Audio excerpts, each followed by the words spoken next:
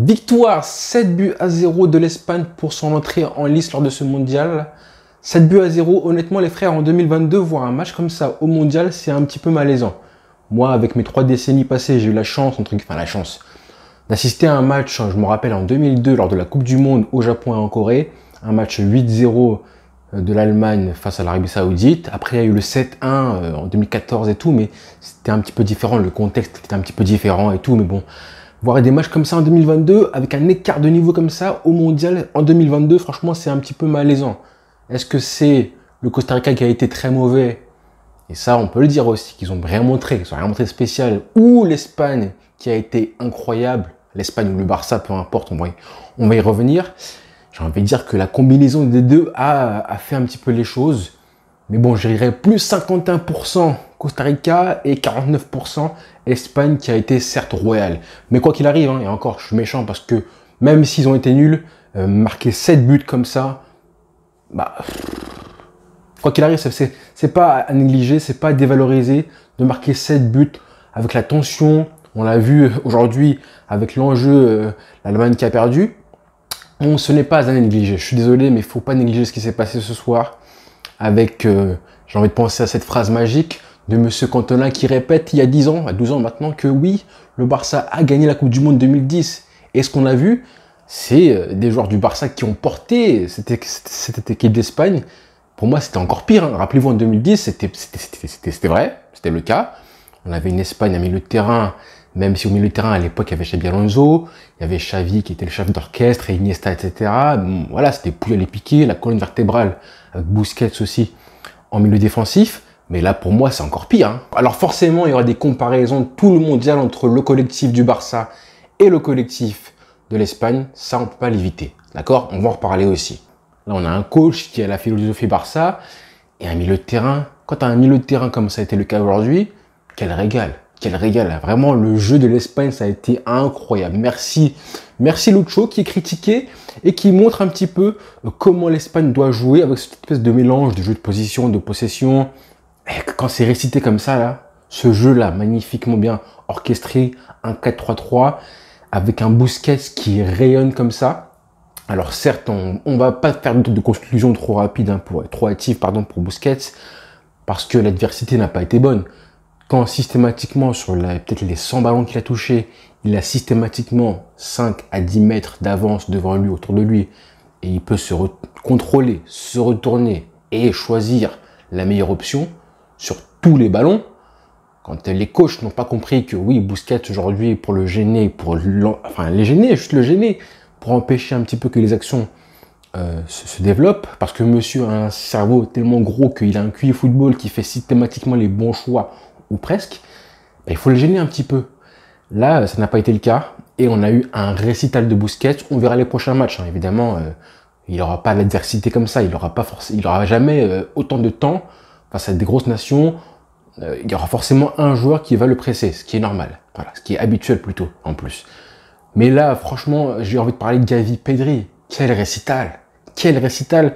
Donc maintenant, un petit peu, je pense que les gens vont un petit peu respecter un peu plus ces joueurs-là qui sont Gavi et Pedri. Parce que je trouve que, voilà, c'est pas, surtout Gavi il met un récital, il met un but, 2 passes décisives. Il est sur l'action du premier but, c'est lui qui fait la passe à Olmo. La prise de risque, en plus, ce que j'ai bien aimé, c'est la complémentarité entre les trois, entre Gavi, à chaque fois, avoir un milieu de terrain, leur ligne et tout, de voir qu'à chaque fois, s'il y en avait un qui prenait la profondeur, il y en avait un qui restait proche de Busquets, le lien entre les trois, franchement, un régal. Et que dire en plus des ailiers? Là, on a vu vraiment un Jordi Alba. Là, le Barça, on a tout vu. On a vu Jordi Alba qui fait une passe décisive, un petit pont, des centres, magnifique. On a eu Gavi, Pedri, qui ont été pour moi les hommes du match. Les hommes du match, Pedri, j'ai envie de le mettre un petit peu plus. Mais Gavi, quand même, il fait 90 minutes. T'as envie de te dire que, franchement, je ne sais pas qui a été élu MVP du match, mais si c'est Gavi, pour moi, c'est tout à fait mérité. Un but de passe décisive, que dire? Busquets dans un fauteuil. Combien de fois on a vu Busquets recevoir le ballon, jouer en une touche de balle, et même son jeu sans ballon. Ça, faut en parler. Parce qu'à Barcelone, on lui reproche un petit peu d'être à la ramasse, de courir un petit peu dans le vide, d'être pas assez agressif. Là, le nombre de ballons qu'il a coupés, le nombre d'interceptions, sa lecture du jeu qui permet à chaque fois à ce mec-là d'être placé pour intercepter tous les ballons, à chaque fois qu'il y avait une mini-action, même pas construite, hein, tentative des Costa-Ricains, on avait un Busquets qui était là, qui coupait les trajectoires. On verra les prochains matchs. Hein. En tout cas, là, attention. Quand le voir comme ça, t'as envie de te dire, mais en fait, tu peux jouer comme ça jusqu'à 45 ans, en fait. Hein. Tu peux jouer si tu veux. Hein. Si tu veux, reste où tu es, dans ton club. Et tu joueras facile. Mais bon, on sait que les grands matchs, jamais été amené à avoir autant de temps que ce qu'il a eu aujourd'hui. Mais ça fait du bien. L'Espagne qui marque 7 buts, qui a fait marquer en plus ses 3 attaquants, que ce soit Morata. Morata, il met un but à la fin en plus. Ferran Torres qui met un doublé. J'étais content pour lui, mais Ferran Torres. Hein. Ferran Torres, là, je pense que là, il va être titulaire, je pense, jusqu'à la fin du mondial. C'était important quand même pour lui de prendre confiance, clairement. Voir autant de joueurs qui performent avec la Roja et pas avec le Barça, j'ai envie de dire que c'est bien parce que là, on va en profiter. Hein, Barcelone va en profiter au retour du mondial. Ça va les rassurer aussi. Et on voit à quoi il sert dans le collectif. Là, tu vois qu'un mec comme Alba, bah, le mec retrouve ses jambes. On voit que sa qualité de passe, quand il joue bien, on reproche un petit peu de ne pas prendre assez de risques, pas prendre ses responsabilités. Là, tu vois que le mec est en confiance. On retrouve un Alba. Pareil pour Busquets, qui, quand il est en confiance, tu vois, là on comprend. On ne peut pas dire que Busquets ne sert à rien, qu'il est mauvais. Son jeu en pivot, la façon dont il guide un petit peu, comment il amène l'équipe, comment le bloc arrive à jouer haut grâce à lui. Et aussi, faut pas oublier que Luis Enrique a mis un défenseur central en la personne de Rodri, alors que à la base c'est un milieu de terrain, c'est pas pour rien. C'est aussi pour que le bloc se remonte et que la relance soit propre. C'est ce qui a été fait. Donc là, Busquets, quand il est protégé comme ça, avec un relanceur hors pair, même au pressing, il pouvait se démarquer, il était tout le temps libre et tout. Et Pedri, évidemment, Pedri, que dire de son match en tant que leader technique, en tant que plaque tournante, clairement. Hein. Moi, j'aime bien quand je vois Pedri qui prend des risques, qui avance systématiquement. Je pense que sur peut-être 80 ballons qu'il a touchés, hein, j'estime au hasard à la louche, quand je vois un Pedri qui systématiquement a pour but d'amener son équipe vers l'avant, trouver une solution devant lui, ça j'aime. Il n'a pas eu forcément besoin de frapper aujourd'hui. En tout cas, il a été dans la projection autant que Gavi ou presque. Et ça, j'aime. Une prise de risque systématique des milieux de terrain du Barça et de Pedri et de Gavi. La passe de Pedri aussi au début du match là qu'il fait là pour Olmo, c'est un bonbon. Dommage, hein, parce que là, Pedri, il aurait pu finir le match avec 3 passes D. Au moins 3 passes D. Là, c'est Gavi qui en met 2. Mais franchement, Pedri, bravo à lui. Hein. Balde qui rentre, qui fait une bonne entrée, qui fait une très bonne action en plus, qui amène le 6e but, le but de Gavi. Que dire, la soirée était parfaite. Juste le petit regret, c'est pas d'entrée pour Ansu Fati, alors que Olmo a fait 90 minutes, que Nico Williams est rentré. Mais globalement, voilà, les joueurs du Barça ont fait un très beau match. Je pense qu'il y aura du temps de jeu hein, pour Ansu Fati.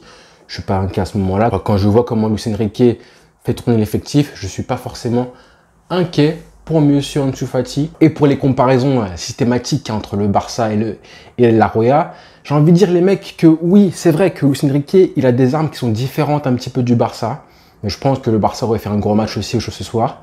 On aurait peut-être joué différemment avec moins de projection. On va attendre. On va attendre de voir l'opposition. Là, l'Allemagne, j'ai envie de voir le match face à l'Allemagne pour faire des comparaisons intéressantes, certes. Parce que là, on a vu quand même des joueurs qui étaient beaucoup plus en confiance que récemment avec le cadre et l'environnement pollué du Barça. Là, ce que j'ai vu de Pedri libérer Gavi aussi. Gavi, moi, son rôle, je l'ai trouvé similaire. Pedri, j'ai trouvé son rôle et sa fonction dans l'équipe un peu plus avancée et même plus de responsabilité, carrément au milieu de terrain. Et Busquets, lui, est vraiment totalement libéré. Bon, ça, on le savait. On s'attendait un petit peu à ça. Toujours un petit peu ce comparatif entre Busquets en sélection et en club. Mais bon, pour l'instant, on ne va pas faire de conclusion. C'est un petit peu trop tôt. L'opposition était faible. En tout cas, j'ai vraiment aimé ce que j'ai vu. Et on verra si les joueurs confirment un petit peu les prochains matchs. Pour l'instant, c'est un petit peu trop pour les comparaisons. Mais en tout cas, gros match de la part de tout le monde. Gros match. Donc voilà les frères. Rendez-vous évidemment demain pour le match du Brésil qui sera aussi intéressant. Allez, bonne soirée à tous les frères. Ciao.